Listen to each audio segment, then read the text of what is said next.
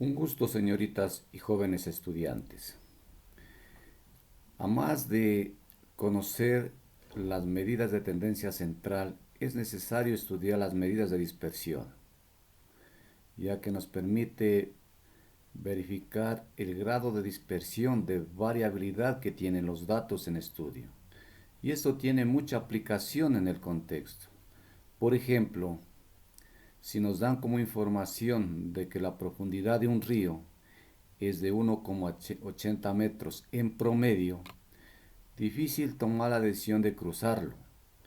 Pero si nos da como información que en promedio la profundidad del río es de 1,80 metros y con una dispersión de 1 metro, yo puedo inferir de que si le restamos a 1,80 el 1 me quedaría de 0,80. Y si al 1,80 le sumamos 1, quedaría 2,80. Podría decir entonces que la profundidad del río va desde 0,80 metros hasta 2,80 metros. Y ya con esta información se podría tomar la decisión de cruzarlo o no. Bien, vamos a explicarles cómo calcular las medidas de dispersión más importantes, como son la desviación media, la varianza y la desviación típica o estándar. Empecemos con la desviación media. Tenemos aquí su fórmula. Desviación media es igual a sumatoria. Estas dos líneas verticales representan el valor absoluto de xi de cada valor menos la media aritmética por ni, por la frecuencia. En algunos casos se pone ni o en otros casos fi. Entonces, sobre n, el número de datos. Aquí nos presenta un ejemplo, nos da los intervalos de clase y la frecuencia. Esto hemos sacado del texto de matemática, pues prácticamente aquí en los intervalos ustedes observan que hay un error porque aquí el intervalo es cerrado y acá debe ser abierto, ¿no? Cerrado y abierto, eso habíamos explicado en la clase anterior. Entonces, para calcular la desviación media, primero hay que calcular la media aritmética. Si recordamos, esta es la fórmula para calcular la media aritmética. Sumatoria de la frecuencia por xi sobre n. Es decir que aquí tendría que poner una columna, no está hecho. El cálculo se lo hizo ya más directo.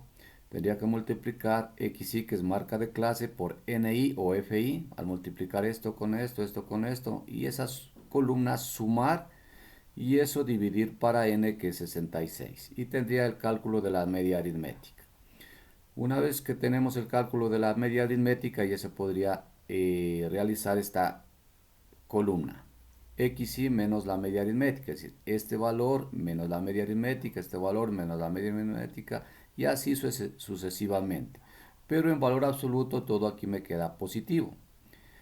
Luego la siguiente columna, como la fórmula es a esos valores multiplicamos por la frecuencia, por ni, esto multiplicamos por ni, este valor por este valor, tengo esto, y obtenemos la sumatoria. Entonces aplicamos la fórmula, desviación media es igual a esa sumatoria, que en este caso sale 1443,70 dividido para n, que es 66.